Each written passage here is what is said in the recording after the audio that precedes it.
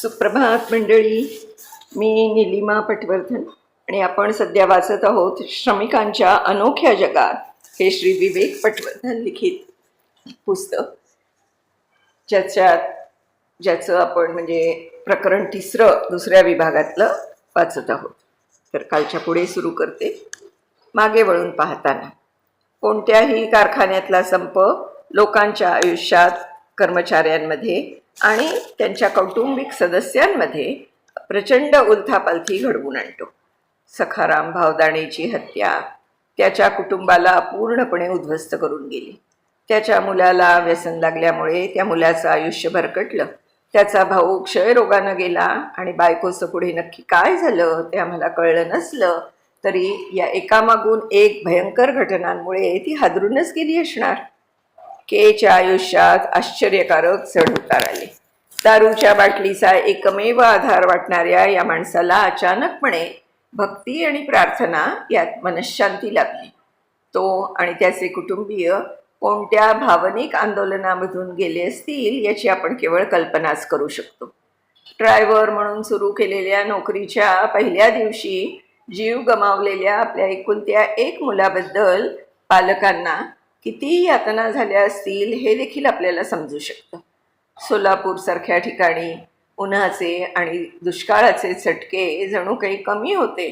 त्यामुळे घरातला एकुलता एक मुलगा तोही कमावता जाणं ही दैवाची कुऱ्हाड त्यांच्यावर कोसळली आणि मरणप्राय यातना देऊन गेली.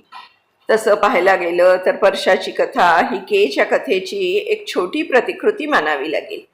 परशा हा गुन्हेगार आणि दोषी होता, ज्याला एक सर्वसामान्य आयुष्य जगायचं होतं. आपल्या व्यक्तिमत्वातली चांगली बाजू आयुष्यात वापरण्याची ही एकमेव संधी आहे हे त्याला कळलं असावं. पण दैवाच्या मनात वेगळंच काही होतं. दुसऱ्या बाजूला के हा स्वभावानं चांगला असलेला माणूस दैवाच्या तडाख्यानं छिन्न विच्छिन्न झाला. नशिबाला सामोरा गेला, पण मुळात सत्सद विवेकबुद्धी जागृत असल्यानं वाईट सवयींमधून बाहेर येऊन त्यानं परत चांगुलपणा जोपासला. हे सगळं का झालं होतं? कोणतीही किंमत मोजून प्रसिद्ध कामगार नेता होण्याची एका माणसाची महत्वाकांक्षा पूर्ण करणं हेच एकमेव कारण त्यामागे होतं. दत्ता सावंत हे गेस्ट कीन विल्यम्समध्ये कामगार होते. तिथे त्यांच्या आक्रमक आणि हिंसक धोरणांमुळे एकदम प्रकाशझोतात आले आणि त्यांनी प्रसिद्ध कामगार नेता R.J. मेहता यांच्यावर ताडदेव मुंबईच्या औद्योगिक न्यायालयासमोर हल्ला केला.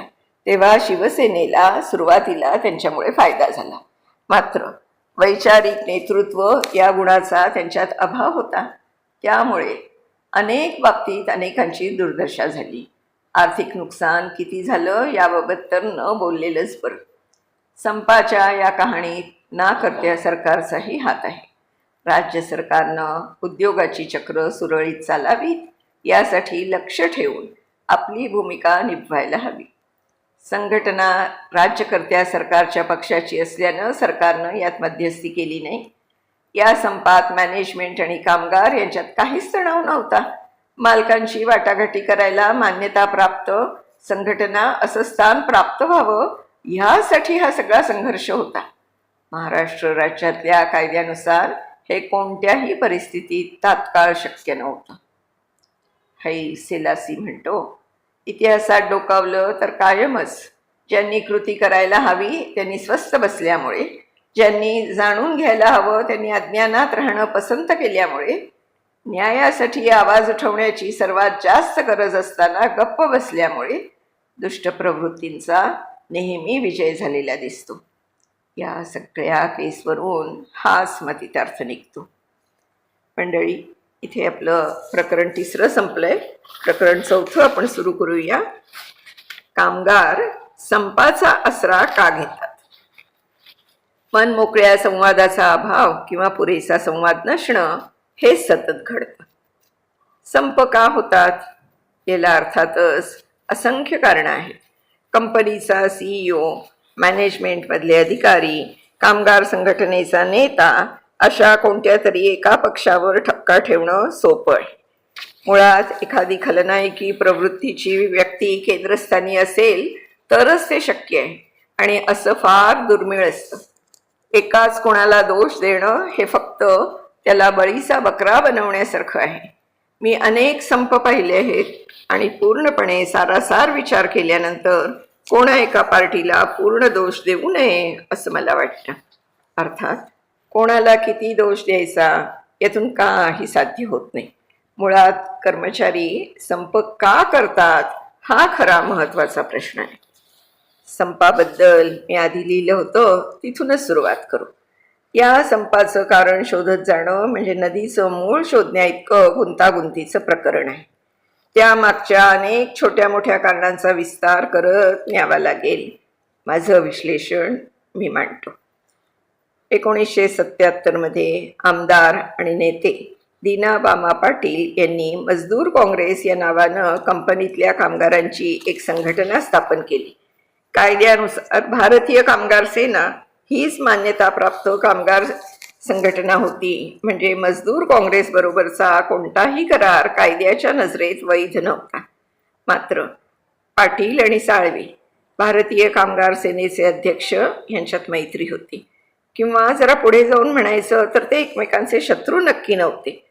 मग कंपनीनं एका कराराचा मसुदा तयार केला आणि त्यावर पाटील आणि साळवे हे दोघंही स्वाक्षऱ्या करतील अशा प्रकारे दोघांचं मन वळवलं. या कराराला त्यामुळे कायदेशीर मान्यता होती. हे 1979च्या जुलैमध्ये घडलं. भारतीय कामगार सेनेची खरं तर तेव्हा चलती नव्हती. दत्ता सावंत यांनी ती नंतर नावारूपाला आणली आणि त्यांनाच त्यातून बाहेर पडावं लागलं किंवा बाहेर काढलं गेलं. त्यांनी स्वतःची संघटना स्थापन करून आमच्या कामगारांना गोळा केलं आणि भारतीय कामगार सेनेला आव्हान दिलं. दत्ता सावंत यांची संघटना फारशी प्रसिद्ध नसली तरी त्यांच्याकडे नेतृत्व गुण आहेत, त्यांचे मॅनेजमेंटशी चांगले संबंध आहेत असं कामगारांना वाटत होतं. मॅनेजमेंट बरोबर वाटाघाटी करून तोडगा काढताना सावंत असले तर सोपं जाईल असं त्यामागे कामगारांच्या मनातलं गणित होतं. कंपनीनं मान्यता नसलेल्या अशा मजदूर काँग्रेस या संघटनेबरोबर आणि भारतीय कामगार सेनेसोबत 1979 मध्ये एक करार केलेला होताच.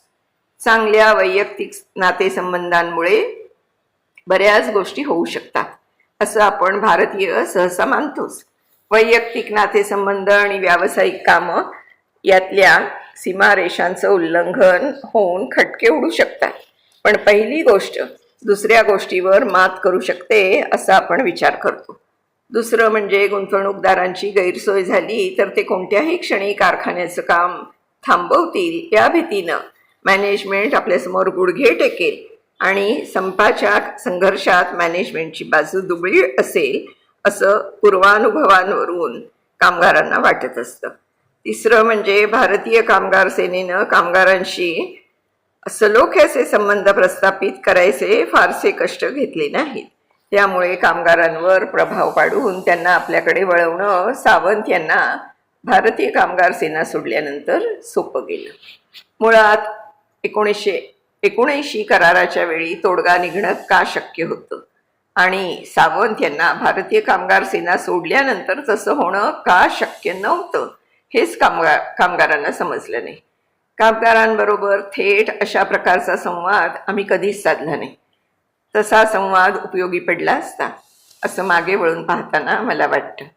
असे संवाद भलतेच नाजूक असतात. त्यातून क्वचित कधीतरी अनपेक्षित असे परिणाम होऊन उद्योग जगतामधल्या संबंधांमध्ये उलथापालथ होऊ शकते. हे खरं असलं तरी कामगारांना अशा संवादात सामील करून घ्यायला हवं असं माझं मत आहे. भारतीय उद्योगधंद्यांमध्ये कामगारांबरोबर होणारे संवाद हे हेतुपुरस्सर आणि नेहमीच वरिष्ठांकडून कनिष्ठांशी बोलणं अशाच प्रकारचे असतात.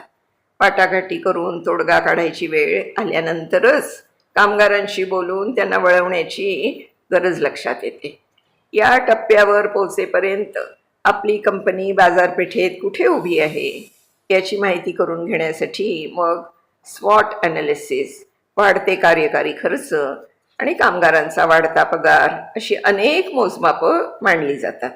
या सगळ्याचा परिणाम मर्यादितच असतो. स्टीव्हन कोव्हीच्या 7 habits of highly effective people या पुस्तकात मांडलेली 5वी हॅबिट म्हणजे आपल्याला कोणीतरी समजून घ्यावं असं वाटण्याआधी दुसऱ्याला समजून घ्या, ही त्याआधी कोणीही कधीच अंमलात आणलेली नसते. कोणत्याही करारासाठी कामगारांची मदत आवश्यक असते. या कामगारांवरच्या अवलंबित्वाला पुरेसं महत्त्व दिलं जात नाही. कर्मचाऱ्यांची संख्या कमी असेल तिथे संवाद तुलनेनं सोपे असतात.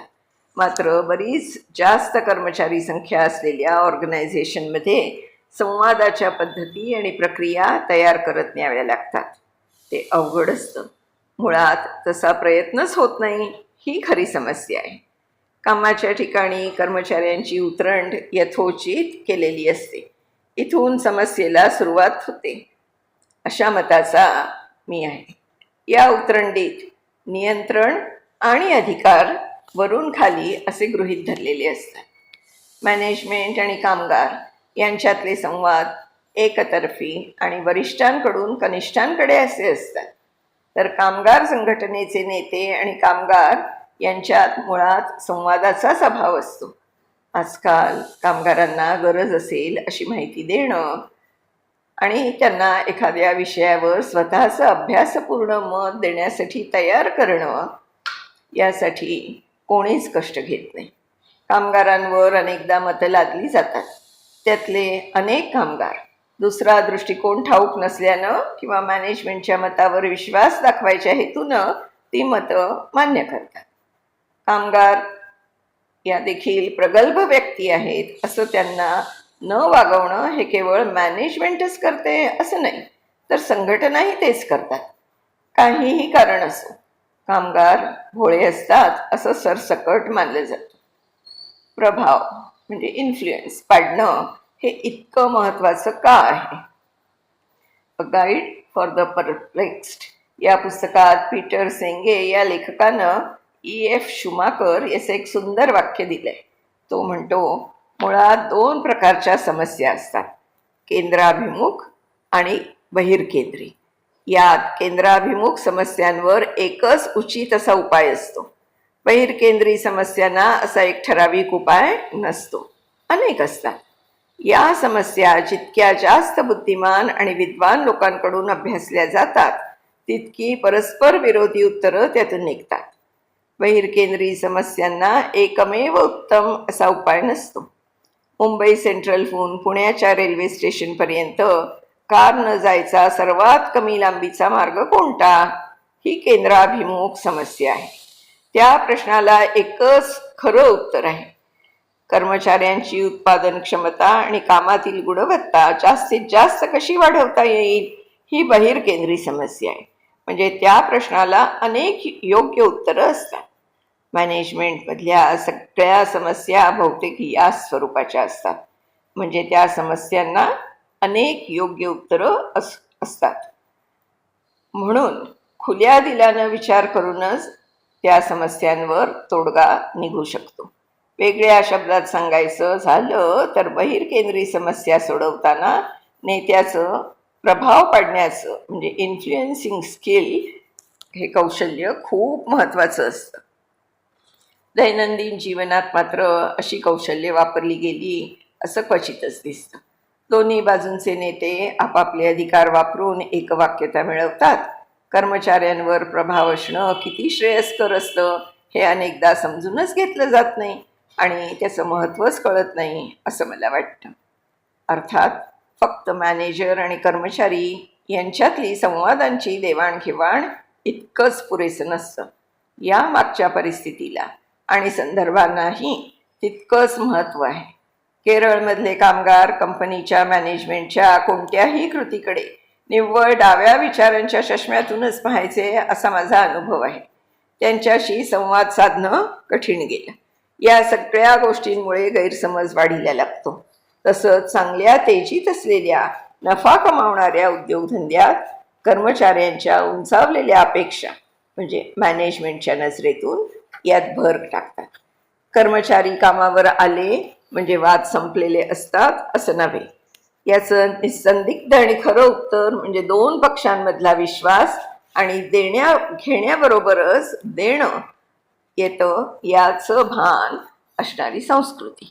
वेगळ्या शब्दात मांडायचं झालं तर या दोन्ही गोष्टी सेंगेनं मांडलेल्या विलक्षण मनमोकळेपणाच्या निदर्शक आहेत. एखाद्यावर विश्वास ठेवणं सोपं नाही. कोणाच्याही मनमोकळेपणाचा एकांगी विचार करणारा एखादा नेता वाटाघाटींच्या दरम्यान गैरफायदा घेऊ शकतो. अखेरीस खुल्या दिलानं आणि विश्वासानं वाटाघाटी होऊन योग्य त्या मार्गाकडे जाणाऱ्या प्रक्रियेला एखादा नेता चालना देतो की तो नकारात्मक गोष्टीच बाहेर येतील अशा चुकीच्या मार्गाकडे नेणाऱ्या प्रक्रियेला चालना देतो हे त्या नेत्यावर अवलंबून असतं. यातली पहिली प्रक्रिया राबवताना नेतृत्व गुण कसोटीला लागतात. मंडळी, आज आपण इथे थांबूया आणि याच्या पुढचा भाग आपण उद्या वाचूया. तोपर्यंत मी निलिमा पटवर्धन आपली रजा घेते, पण श्री विवेक पटवर्धन यांचे खरोखर मनापासून आभार मानते की इतकं सुंदर पुस्तक त्यांनी मला वाचायची परवानगी दिली आहे. माझ्यासाठी सुद्धा यातले खूप सगळे अनुभव अगदी वेगळे आहेत. आपल्या सर्वसामान्यांच्या आयुष्यात आपण कधी न बघितलेल्या अशा गोष्टी आहेत. तर त्यामुळे माझेही थोडेसे विचार प्रगल्भ होत आहेत असं मला वाटतं आहे आणि मला वाटतं की सगळ्या श्रोतृवृंदाला पण असंच वाटत असणार. उद्या पुढच्या भागासह भेटूया. तोपर्यंत बाय बाय.